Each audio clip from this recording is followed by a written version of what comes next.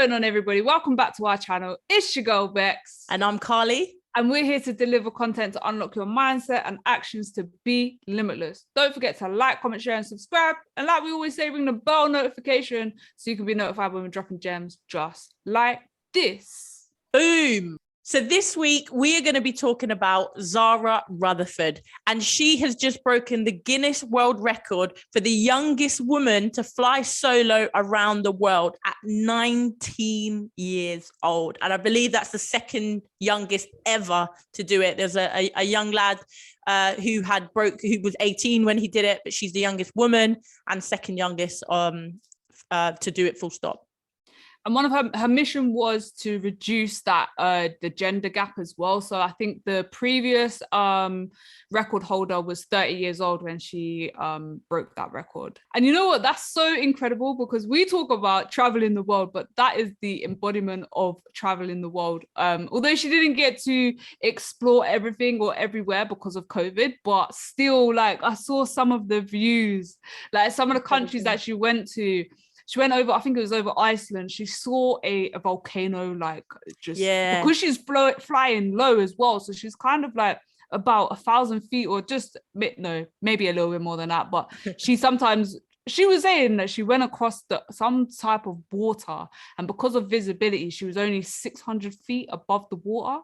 Bro, what? Wow, that is close. And the fact is, it's like an ultralight plane, isn't it? And it was tiny, and I think it was Siberia. She was saying it was incredible, but she goes, you would go thousands of, or maybe hundreds, I don't know, but a long way, like with nothing, no civilization. And she was like, if this engine fails, I am in the middle of nowhere. Like, could you imagine 19 years old as well? And she said at one point she had to fly right on the edge of North Korea, and she said she was so scared because she's like, I heard that they just randomly test missiles, so she's like really worried about it. Can you imagine that? You'd be like, what? Nah, honestly, it's incredible. I think it took her about 155 days. So she went from the 18th of August to the 20th of January. It was supposed to take 3 months, but there was a lot of things such as, so it was VFR, which is visual flight rules, meaning that the aircraft can only operate in clear visual conditions such as sunny or it being clear. So there was weather delays, pandemic complications, she had visa hang-ups, but then she did go out and complete her mission, which I think is incredible. And that was in Alaska and Russia. She had that, didn't she? Yeah, they were her two main places, but she stopped back. When did she go back to? When did she land? 20th of January. 20th of January. So yeah, there you go, back in Belgium. Yeah, so I mean, she was saying something about, like, she thought it would cost too much money, but then she was like, you know what, this is the perfect time to go and do it. And she said she literally planned her route by grabbing a pen and a map and was just like, right, I'm going here, here, here, here, here. And then she found a load of sponsors, and she's got quite a few of them. So we'll show them for you. And Virgin was one of them.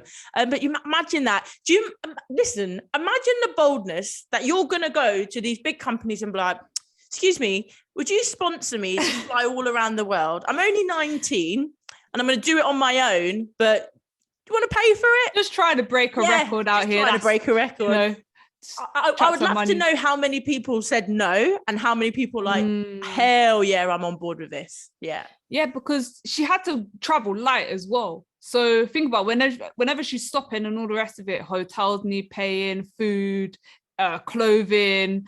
I think there were some places where when she was flying, it was like minus 20 degrees and all of this type of stuff, like cold. Not for me, mate. I'll be there with my little granny blanket in the cockpit. Oh, just there, my hot water bottle. You know that. Just imagine what she saw. Oh, bro, I swear, have you looked on her Instagram? Not through all the pictures. I've seen some videos of her though. That BBC played. Yeah, so if you look through her Instagram, and we'll drop the handle down below, but if you have a look at her Instagram, honestly, like the things that you've been able to see. Like for me, when I saw the volcano, I was just like, that is crazy. Like, you're close enough to see it, and then you're far enough to be away from it. Yeah, to be safe. Like going over America when she was going into New York, like, and she was zooming and that, but she's still pretty close. You see a Statue of Liberty and all these type of things, and I'm just like, that is crazy. Like, you must be, yeah, okay, it's obviously tiring. Some of the flights were like 8 hours long and things like that, right? I think there was one flight that she did, she lost communication for 2 hours. The only thing that they could see was the tracking of the plane. Oh, so okay. They knew where she was. Good. But she was saying, like, if she had broken down as well, like what you said, who's come, like, yeah, okay, you got tracking, but how long is it going to take to get to where she was? But her dad, and I think her dad is a pilot, and her mum as well, possibly. So she's been flying. I think she started flying at about 14. Oh, wow. Which is pretty incredible. And now that she's finished, she plans to attend college, and she's going to work towards her commercial pilot certificate. Yeah. And then carry on working with her family's aircraft ferrying business. And she also wants to be an astronaut. Oh, she does. I know they asked her about going to space, and then she was like, I need to get a degree first, because she's going to get an engineering degree, isn't she? So they were asking her, like, where are you studying, UK or US? She says, I'm not sure yet. Like, she's waiting for her results to come back. But yeah, super bright, ambitious girl. She's going to go far. And like you were saying, like, it's done for women. And she was saying only 5% of commercial pilots are women, and 15% of computer scientists are women. And she's trying to close that gap and bring more awareness, especially like to the aviation industry. And I thought that was incredible. And that's exactly what you need. Someone, like you say, yes, there's a lot of people who've paved the way years ago, but someone so young being able to do it, mate. Honestly, it is really, like, super, super cool. I'm pretty blown away. I'm just like, imagine having, like you said, the boldness of just being like, I want to fly around the world. I'm gonna do it by myself as well. And their parents, like, I wonder what that was like for them, like how they felt like the whole time. I'm sure they were like anxious all the time, and but there was like a live tracker, wasn't there? So you got to follow her and see where she went and stuff. Yeah. Man, is crazy. So I think she actually ended up in 41 countries, stopping in 41 countries, so covering 32,300 miles. So these are just a couple that I saw: Aberdeen, Iceland, where I said that she saw the volcano; Greenland, Kulusuk, Canada, America, Colombia, British Virgin Islands, where she stayed at Richard Branson's island, what you said, Panama, Mexico, where there was an earthquake. Her parents actually flew out to Mexico to meet her. Costa Rica, she was in Alaska for a month because of the visa expiring. I think she also got stuck in Russia as well. South Korea, Taiwan, Philippines, Singapore, Sri Lanka, India, Dubai, Saudi Arabia, Greece, Bulgaria, I think, Slovakia and Czech. So that was a proper tour around the world. I wonder what the rules are for you to turn around and say, I went around the world. Like, there's like going to be rules around how you measure that. So there was something, and I didn't actually write this down, but I did read it. So you have to pass through certain posts type thing to say that you've actually traveled all the way around the world. Okay. So when she's got her route, you have to prove that you've actually gone, like, you have to have gone to the direct opposite of the world from where you started, right? Something like that. To say that you've actually made it halfway around. Which is crazy. And I was looking through her Instagram, and maybe take some of these and put it onto our own Instagram, because really cool, inspiring stories. So she did a short series highlighting women in STEM. One of her greatest inspirations is Lillian Bland, who in 1878, she was born in 1878 in Kent, and she was the first woman to design, build, and fly her own plane in 1910. Before this, this lady had dreams of becoming a jockey and racing at the Grand National, which fell through because of her gender. And she was known for wearing trousers, which in those days was unladylike. And after building the plane, her dad gave her a car, so the plane was called the Bland Mayfly. Her dad gave her a car to dissuade her from flying. 1 year later, she went and opened a car dealership, and I just thought that was brilliant. Like, you're not following the rules. Like, you're not following what people want you to do. You're just, honestly, I thought it was sick.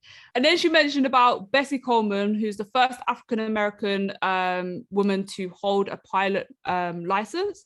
And she actually had to go to France to get it because no American flight school would accept her due to the color of her skin and her gender. Wow.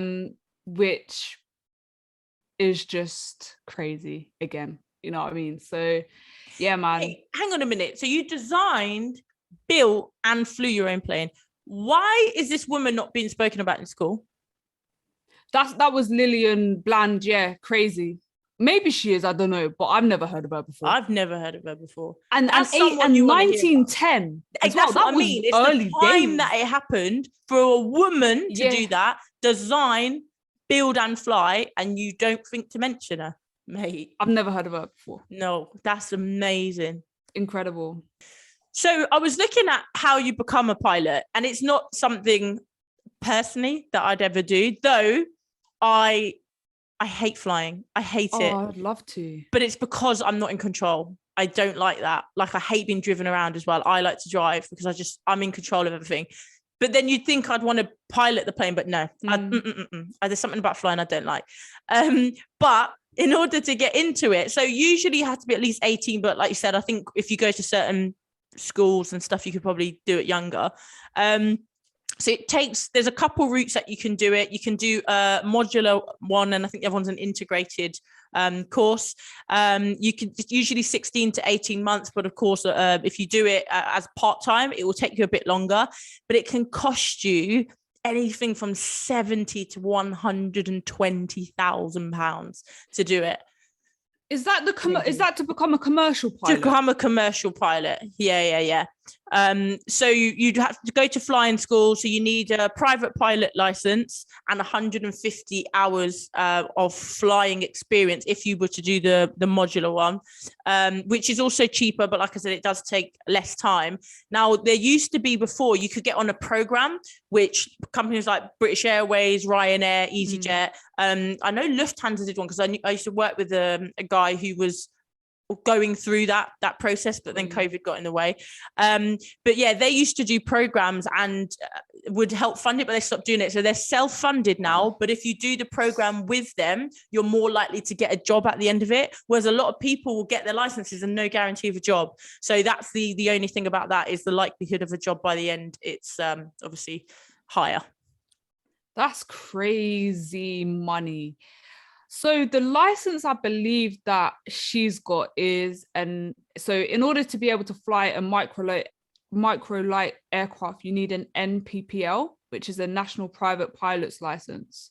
And you can do it two ways, without operational limit or with operational limit. So you would need to do a total on flight time under instruction, 25 hours, minimum time, flight time solo, 10 hours, navigation time 5 hours, and solo navigation time 3 hours. That's 43 hours. And then the second option with operational limit is a minimum total flight time under instruction 15 hours, and then flight time solo 7 hours. That's 22 hours. However, the drawbacks of that is that you wouldn't be able to carry a passenger. You may not be able to fly with a cloud base less than 1k feet above the ground level, or with less than 10k visibility. And then thirdly, you may not fly further than 8 nautical miles from takeoff. So yeah, it's a little bit different. And I think it's because it's a smaller aircraft. Yeah, definitely. But there's also some other requirements. So you do the flying course plus 5 exams, and you can start at 14 years old. You have to be 16 to go solo, and then you can be 17 to hold the license as well. So that might be a bit of a more cheaper option. It's about 4k, maybe a few, like £4,000, plus some extra fees, like you have to become a member of these societies and so on and so forth. But I feel like that's probably what she's got. No, definitely. And it's more of like you say, it's very expensive to become a commercial pilot. It's definitely a nice route in, a lot cheaper. And you know, if you're someone that loves flying, it's just an incredible route in to get you up in the sky. So yeah. Honestly. And one of the things they were looking at, like the skills to become a pilot, because it's not easy at all, but they were saying like technical aptitude, aptitude for numbers and data analysis, spatial awareness, problem solving ability, attention to detail, excellent communication skills, confidence, and able to think on your feet as well as be calm under pressure. And I just thought, imagine that, you know, when there was a recently actually this week in the winds, I think it was on Monday, it was really windy.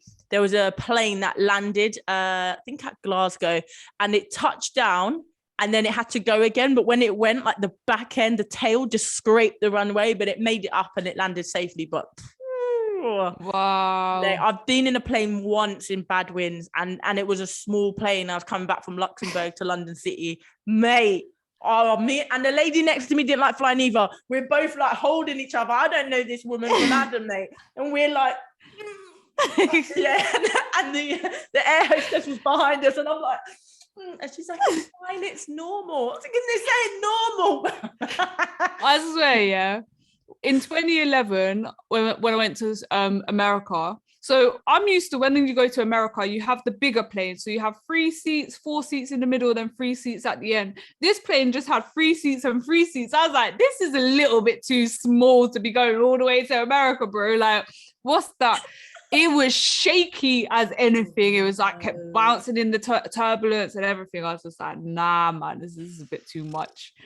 I remember first time going on a sport. I think it was this before I went to Lux. I think I was in Poland, and the plane was like a private jet, but it flew so smoothly. It was lovely. It's probably one of the best flights I've had. But you're right, some of those big planes when I've had to go to America, it's like the whole, you know, where they put the luggage in that. Yes. Like, you just hear it cranking, and you're just like, nah, mate. No, it's not for me, man. There's this guy on I think he's on TikTok, you know, and I think he's a pilot, and he, like, people ask him loads of questions about like planes and stuff, and I was just going back to the skills, and honestly he knows everything about the plane, how to patch this up, patch that up, and if this goes wrong, if that goes wrong, like it's crazy. There's a lot for them to do. Yeah, it's not just any old, you've got to be smart. It takes a lot of hours, and they said it's very intense. Like at least for the commercial pilot, very, very intense. 70k though. 70 to 120. Some of them 120k. Yeah, with no guarantee of a job at the end. And can you imagine now with COVID, when there's less flights, there's even more competition. Like, yeah. Wow. That's crazy, man. But it's amazing. I definitely, you know, I've seen probably 2 female pilots since, well, I don't know, when's the first time I flew? 2000, I think it was. That I remember before being a kid. I don't remember that. But yeah, I think I've only ever seen 2. I don't think I've actually been in a plane on a flight with a female pilot. They've all been men. 100%, yeah, all been men. But yeah, man, I think what she was able to do is incredible. And I really do hope that young women, girls are inspired by what she's gone out to do. Really 100%. Chasing her dreams and pushing the limits, man. I think so. Absolutely incredible role model. Sweet. So thank you so much for tuning in. That's the end of this episode. I've been your girl, Bex. And I've been Carly. Thank you so much for watching this week's episode. And we will see you next week. Peace.